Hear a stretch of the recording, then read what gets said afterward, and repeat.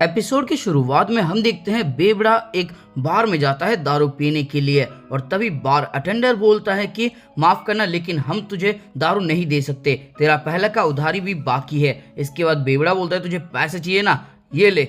इसके बाद वो बंदा बोलता है कि नहीं, ये पैसे तो अपने बच्चे से छीन के लाया है, हम ये पैसे नहीं ले सकते, हम तुम्हें दारू नहीं पिला सकते, यहाँ से निकल जा। इसके बाद बेवड़ा यहाँ से निकल जाता है। सब लोग बातें करने लगते हैं और बोलते हैं कि ये काफी अजीब है ना, कॉनरेड गायब हो गया, उसके बाद हिलमैन को कुत्ते को किसी ने मार दिया, कहीं ये सब कुछ इसी बेवड़े ने तो नहीं किया।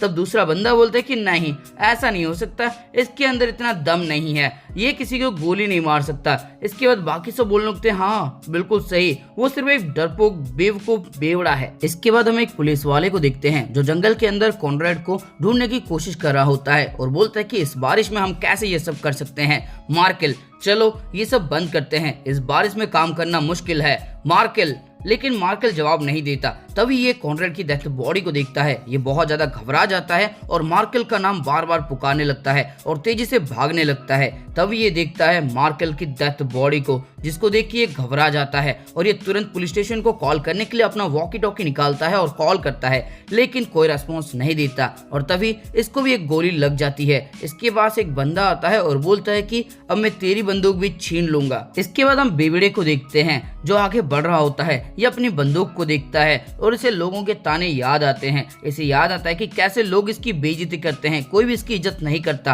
और कैसे उन बूढ़े कपल ने इसे बंदूक दिया था। इसके बाद ये फिर से पब की तरफ जाता है, पब का दरवाजा खोलता है और बंदूक तान देता है, लेकिन वहां पे कोई नहीं होता, सबके सब मर चुके होते हैं। वहां पे डेथ बॉडी का भंडार लग चुका होता है। इसके बाद हम ग्रिमर को देखते हैं, ग्रिमर आगे बढ़ रहा होता है और ग्रिमर जहां भी देखे वहां पे सिर्फ डेथ बॉडीज होती हैं। इसके बाद हम विम को देखते हैं, विम को परेशान करने वाले बच्चे मर चुके होते हैं। ग्रिमर विम को देखता है, विम के हाथों में बंदूक होती है। ग्रिमर पीछे से विम के जाता है और बोलता है विम क्या तुम ठीक हो, और इसके बाद विम काफी घबराने लगता है। तब ग्रिमर इसको संभालने की कोशिश करता है और बोलता है शांत हो जाओ, सब कुछ ठीक है, ये मैं हूँ, शांत हो जाओ, अब बंदूक मुझे दे दो। इसके बाद ग्रिमर विम से बंदूक ले लेता है। विम बोलता है मैंने इन्हें कब मारा मुझे याद नहीं है, ये लोग हमेशा मुझे परेशान करते थे इसीलिए मैंने। और तब ग्रिमर बंदूक को सूंघता है और मैगजीन को चेक करता है, मैगजीन में पूरी गोलियां होती है। इसके बाद ग्रिमर बोलता है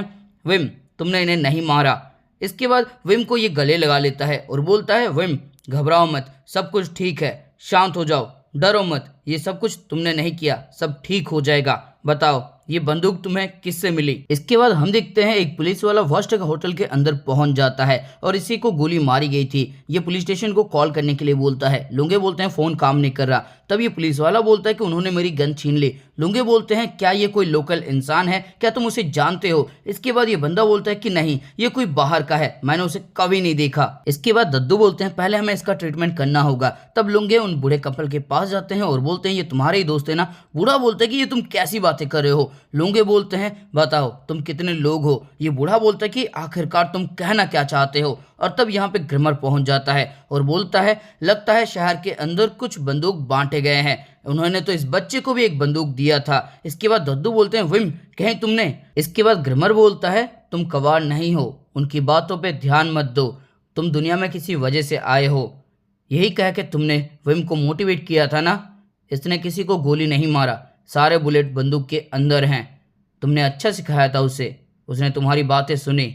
इसके बाद दद्दू बोलते हैं विम तुमने कमाल कर दिया। वो विम को गले लगाते हैं और बोलते हैं घबराओ मत विम, सब कुछ ठीक है। इसके बाद ग्रिमर बोलता है लेकिन शहर के अंदर चारों तरफ से डेथ बॉडीज हैं। ये बूढ़े कपल की तरफ जाता है और बोलता है तुमने कितने लोगों को बंदूक दिया है, बताओ इस शहर के अंदर तुमने कितने लोगों को बंदूक दिया है। और वो उस बूढ़े का कॉलर पकड़ लेते हैं और बोलते हैं मुझे गुस्सा मत दिलाओ, अगर मुझे गुस्सा आएगा तो तुम्हारे लिए अच्छा नहीं होगा। इसके बाद ये बूढ़ा बोलता है वो हमारे ग्रैंड सन जैसा था, वो हमारे मरे हुए ग्रैंड सन जैसा था, हमारा ग्रैंड सन हमें बहुत अच्छी तरह से जानता था, वो हमारे मरे हुए ग्रैंड सन जैसा था। इसके बाद लुंगे बोलते हैं जब तुमने लेटर लिखा था तब तुम उसे इन्फॉर्मेशन दे रहे थे।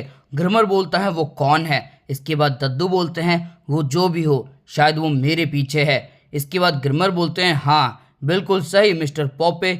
और इसके बाद लुंगे बोलते हैं या फिर मुझे तुम्हें कहना चाहिए मिस्टर फ्रांस बोनापार्टा, यानी कि दद्दू ही फ्रांस बोनापार्टा थे तुम अलग अलग लोगों को गैस करते रह गए। इसके बाद हम डीटर को देखते हैं। डीटर के पास ईवा होती है जो सिगरेट जला रही होती है। तभी डीटर बोलता है क्या तुम ये सिगरेट जलाना बंद कर सकती हो। ईवा बोलती है मैंने दारू पीना छोड़ दिया है, मुझे कुछ तो चाहिए। इसके बाद डीटर बोलता है तुम्हें ये भी छोड़ देना चाहिए। ईवा बोलती है वैसे तुम क्या ड्राइंग कर रहे हो। तब डीटर अपनी ड्राइंग दिखाता है और बोलता है देखो ये तुम्हें कैसा लग रहा है, ये किसकी तरह दिख रहा है। इसके बाद ईवा बोलती है किसकी तरह, और तब डीटर बोलता है ये टेनमा की तरह लग रहा है, मैंने टेनमा की ड्राइंग बनाई है। इसके बाद ईवा बोलती है अगली बार जब पुलिस वाले मुझसे सवाल करेंगे तब मैं ये पेंटिंग उन्हें दिखा दूंगी। वैसे भी वो लोग जो इम्पोर्टेंट होता है उसके ऊपर भरोसा नहीं करते। मैंने उन्हें कहा था ये इंसान अकेला मॉन्स्टर को मारने वाला है। इसके बाद डीटर बोलता है क्या टेनमा वापस आएगा, और इसके बाद ईवा कुछ नहीं बोलती। हमें न्यूज़ से पता लगता है साउथ जर्मनी की तरफ बहुत ज़्यादा बारिश हो रही है जिसकी वजह से सड़कें जाम हो चुकी है, कम्युनिकेशन पूरी तरह से टूट चुका है, टेलीफोन का कोई सिस्टम नहीं है, मतलब वहाँ पे कांटेक्ट करना लगभग नामुमकिन हो चुका है।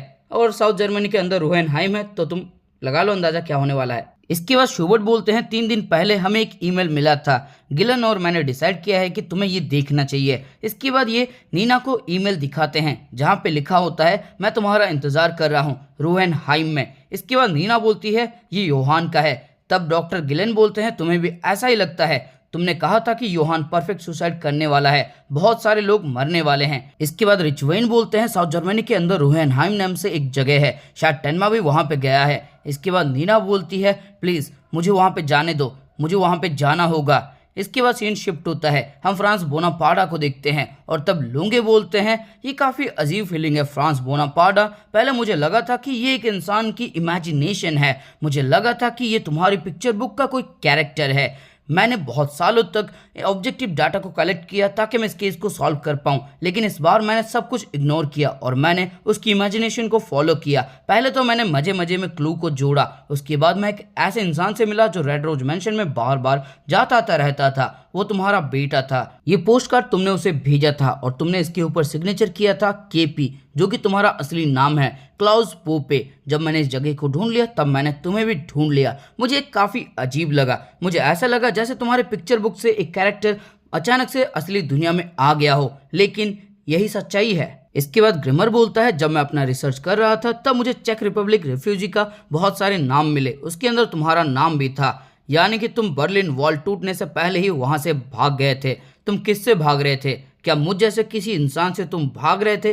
511 किंडरहाइम जो कि बर्लिन के अंदर है, वो तुम्हारे आइडिया से ही बनाया गया था और वहां पे मुझे बनाया गया था। क्या तुम हम जैसे लोगों से भाग रहे थे? मुझे पता है योहान क्या करना चाहता है, इस शहर के साथ क्या हो रहा है मुझे पता है। ये पूरा शहर तुम्हारी पापों की सजा भुगत रहा है। इसके बाद सीन शिफ्ट होता है, हम बर्चबैक होटल को देखते हैं जहाँ पे एक बंदूक की आवाज़ हम सुन पाते हैं। इसके अंदर होती है सॉसेज गर्ल और वो एक लड़के से बातें कर रही होती है। वो बोलती है जब हम इस होटल में आए थे तब बहुत सारी डेथ बॉडी को हमने देखा, इस शहर के साथ आखिरकार हो क्या रहा है, मुझे यहाँ से दूर ले चलो, जल्दी करो। और तब वो लड़का बोलता है कि ये तो नामुमकिन है, सड़कें जाम हो चुकी है। इसके बाद सॉसेज गर्ल बोलती है तुम क्या कर रहे हो, तुम अंदर आ रहे हो, बाहर जा रहे हो, नहा रहे हो, यहाँ पे जो खून की बदबू है और गन पाउडर की बदबू है उससे मेरी हालत खराब हो रही है। इसके बाद ये बंदा इसके पास आता है और बोलता है शांत हो जाओ, मैंने हमारे लिए गर्मा गर्म चाय मंगवाई है। और हम देखते हैं बरवेज होटल का मैनेजर मारा जा चुका होता है। इसके बाद हम देखते हैं ये बंदा सॉसेज गर्ल को अपना सॉसेज दे रहा होता है